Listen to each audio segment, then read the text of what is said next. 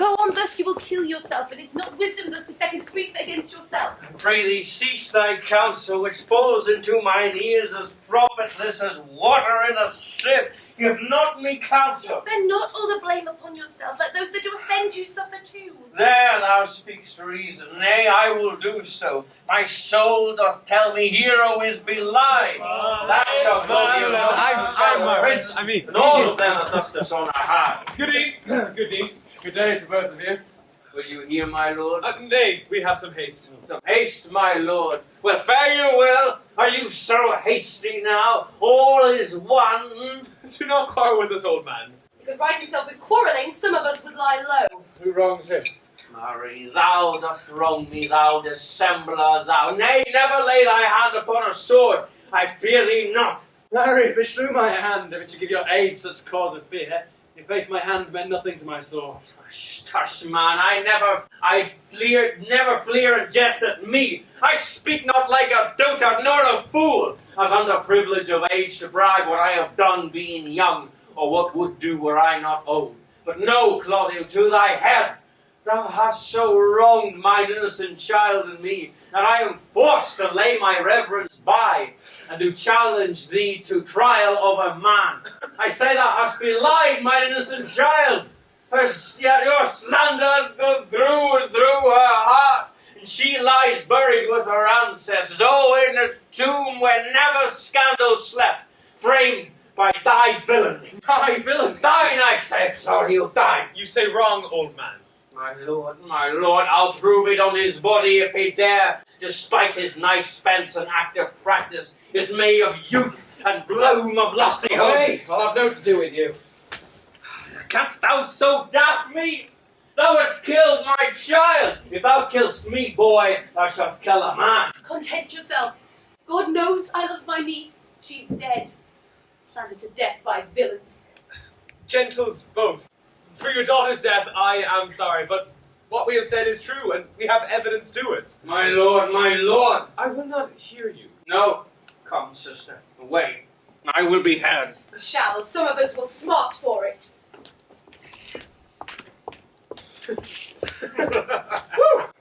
Oh, see, here he is. He came fine. Now, senor, what news? Good day, my lord. Oh, good day, senor. You are almost come to break our almost fray. We had like to have had our noses snapped off with two old fools without king. Leonardo and his sister. What think you, if we had come to fight, were we too young for them? In a false quarrel, there is no true valor. I came to seek you both. We have been up and down to seek thee, for we are high proof melancholy, and would fain have it beaten away. Wilt thou use thy wit? It is my scabbard. Shall I draw it? Did you keep your wit by your side? Never any did so, though very many have been beside their wit. I bid thee draw, as we do the minstrels. Draw, to pleasure us. As I am an honest man, he looks pale. What courage, man?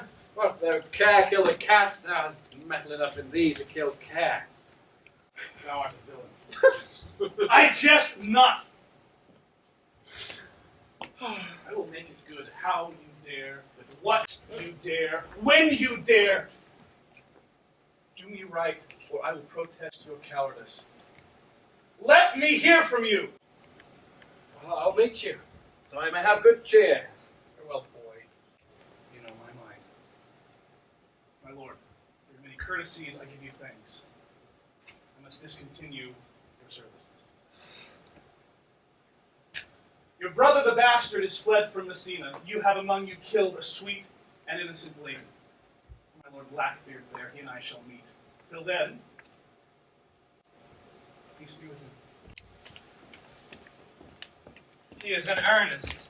With profound earnest, and I'll warrant you for the love of Beatrice. And he hath challenged thee. Most sincerely. And he says my brother has fled. Gentlemen, what are these men's offences? Marry, sir, they have committed false report. Moreover, they have spoken untruths. Secondarily, they have they are slanderers. Sixth and lastly, they have belied a lady. Thirdly, they have verified unjust things. And to conclude, they are lying knaves. What are your offences? This officer is too wise to be understood. Sweet prince, I have deceived even your very eyes. What your wisdoms could not discover, these shallow fools have brought to light, who last night overheard me confessing to this woman how your brother, Don John, incensed me to slander Lady Hero, how you were brought into the orchard, and there heard me woo Margaret in the garments of Hero, how you disgraced her when you should have married her. The lady is dead, upon mine and my master's false accusation, and briefly, I do desire nothing but the reward of the villain. Does this not run like iron through your blood? I have drunk poison whilst he uttered it. Was it my brother that set you to this? Yea, and paid me richly for the practice of it. And he has fled in this tyranny. Sweet Hero. Come, bring away the plantiffs. By this time, our Sexton has reformed Signor Leonardo the matter. Wait, forget not. When time and place shall serve to specify that I am an ass. Oh, no, here comes Signor Leonardo, here he comes. Which is the villain? Let me see his eyes, that when I note another man like him, I may avoid him. Is this him? You would look upon your wronger. Thou the villain that hast belied mine innocent child. Yea, even I alone. No, not so, villain. Thou beliest thyself. Here stand two honourable men. That a third is fled that had a hand in it. I thank you, princes, for my daughter's death. Recorded with your high and worthy deeds, was bravely done, if you bethink you of it. I know not how to pray your patience, yet I must speak. Choose your revenge yourself. Impose me to what penance your invention can lay upon my sin. I cannot bid you bid my daughter live, that were impossible. But I pray you both, possess the people of Messina here, how innocent she died. And if your love can labour aught in sad invention, hang her an epitaph upon her tomb, and sing it to her bones. Sing it tonight. Tomorrow morning come you to my house, and since you could not be my son-in-law, be yet my nephew. My sister hath a daughter. She alone is heir to both of us. Give her the right you should have given her cousin, and so dies my revenge. Noble sir, your overkindness doth bring tears from me. I do embrace your offer, and shall dispose by henceforth of poor Claudio. Tomorrow then I shall expect your coming. Tonight I take my leave. For this naughty man shall be brought face to face to Margaret, who I believe was in on all this. No, what I saw. She was not, nor knew what she did when she spoke with me, but have always been just and virtuous in anything I did know by. Moreover, sir, which indeed is not under white and black, this plantive here, the offender, did call me ass. I beseech you let it be remembered in her punishment. Also, the watch heard them talk of one deformed. Pray you, examine them upon that point. I thank thee for thy care and honest pains. You speak like a most thankful and reverend youth, and I praise God for you. There's for thy pains. God save the foundation! Go, I discharge thee of thy prisoners, and I thank thee. I leave in our name with your worship, which I beseech your worship to correct yourself for the example of others. God keep your worship. God wish your worship well. God restore you to health. I humbly give you leave to depart, and if a merry meeting may be wished, God's prohibit. Come. Good job there. Till tomorrow, lords, farewell. We will not fail you. Tonight I'll mourn with Hero.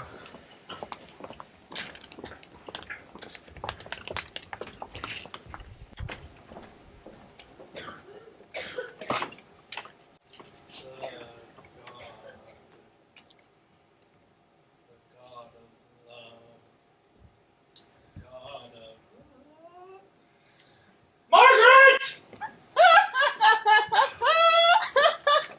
Serve well at my hands by helping me to the speech of Lady Beatrice. Oh, will you write me a sonnet in praise of my beauty? So high a style, Margaret, that no man shall come over you. For in comely truth thou deservest. To have no man come over me, why shall I always keep below stairs? Oh, my wit is like a greyhound's mouth that catches. And yours is blunt as the fencer's foils, which hit, but hurt not. It is a manly wit, and will not hurt a woman. Therefore, fetch Beatrice. Well, I will call Beatrice to you, who I think hath legs. Ah, and therefore will come? Oh!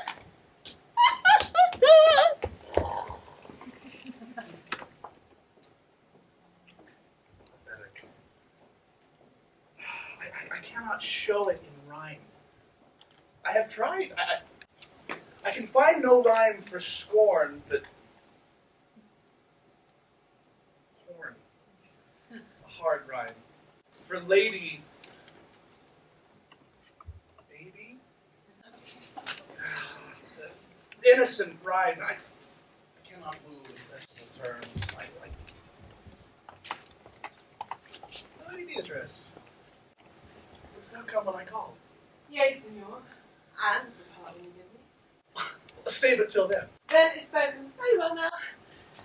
And yet, ere I go, let me go without unclean riches, with knowing what has passed between you and Claudio. Only foul words. Therefore, will I kiss thee? Foul words is but foul wind, and foul wind is but foul breath, and foul breath is noisome. Therefore I will depart unkissed. Thou hast frighted the word out of its right sense, so forcible is thy wit. But I must tell thee plainly that Claudio undergoes my challenge, and I must hear from him presently, or subscribe in a coward. But, I pray thee, tell me, for which of my bad parts did you first fall in love with me? For them all together, which maintain so politic a state of evil that they will not admit any good part to intermingle with them. But, for which of my good parts did you first suffer love from me? Suffer love. 'Tis a good epithet. I do indeed suffer love, for I love thee against my will. In spite of your heart, I think. Alas, poor heart. If you spite it for my sake, I will spite it for yours, for I will never love that which my friend hates. Thou and I are too wise to move peaceably. It appears not in this confession. There's not one wise man among 20 that will praise himself. How doth your cousin? Very ill. And how do you? Very ill too. Serve God, love me, and then where will I leave you? Here comes lady. You must come to your uncle yonder's old coin at home. It is proved that my lady hero hath been falsely accused. The prince and Claudio mightily abused the dog John is the author of all, who is fled and gone. Will you come presently? Will you come here and see you soon? I will live in my heart, die in my lap, and be buried in my eyes. And moreover, I will go with thee to that. Did I not tell you she was innocent? So are the prince and Claudio who accused her upon the error that you had debated. But Margaret was in some fault for this, although against her will, as it appears in the right true of the question. I am glad that all worked out so well. Here come the princes, here come the princes. Good morrow, fair assembly. Good morrow, prince. Good morrow, Claudio. We here attend you. Are you yet determined today to marry my sister's daughter? I'll hold my mind.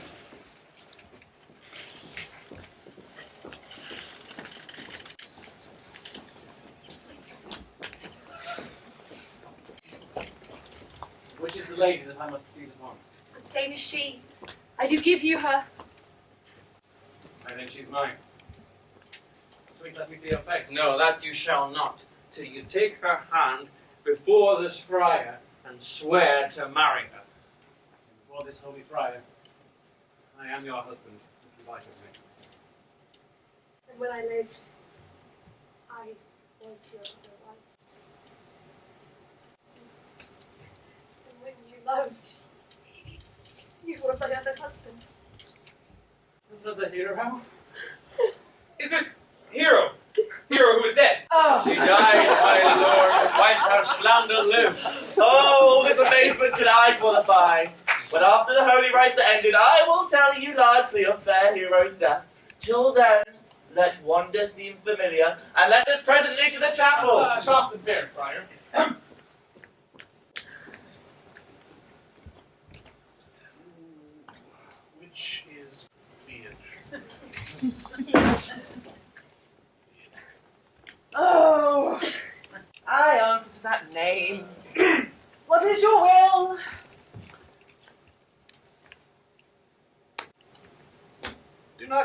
love me? Troth, no! No more than reason. What then is your uncle and the prince and Claudio much deceived? They swore you did. Do not you love me? No. No more than reason. Oh, then my cousin Margaret and Ursula were much deceived, for they did swear you did. They swore you were almost sick for me. They swore you were well nigh dead for me. Ah, 'tis no matter. Then you do not love me. No, truly, but in friendly recompense. Oh, come, cousin, I know that you do love the gentleman. And I'll be sworn upon that he loves her. For here is a piece of paper written in fashioned to Beatrice. And here is another written in my cousin's hand, stolen from her pocket, saying all her affections on the Benedict. Oh, you mean to Benedict.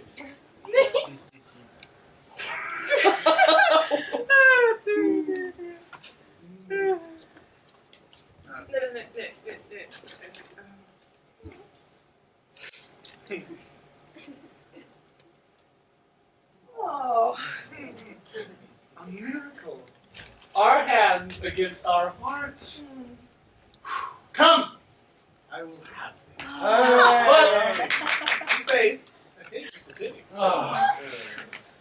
I would not deny you, but by this good day I yield upon great persuasion and partly to save your life. I once told you in a consumption. I will stop your mouth. Is this Benedick a married man? I'll tell you what, Prince. Never flout at me for anything I have said against marriage. For man is a giddy thing.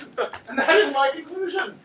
For thy part, Claudio, I had thought to have beaten thee, but seeing as thou art likely to be my kinsman, live unbruised and love my cousin. Come! Come, let's have a dance ere we are married, that we may lighten our hearts and our wives' heels. We'll have dancing afterwards. First of my word, therefore strike up the music. That looks sad. Oh. Get thee a wife. Oh, get thee 2 wives. My lord! Yes, yes. Your brother John has been taken in flight and brought with armed men back to Messina. Oh? I'll think not on him till tomorrow. I'll devise some special contrivance for him. Strike up, pipers! Yes!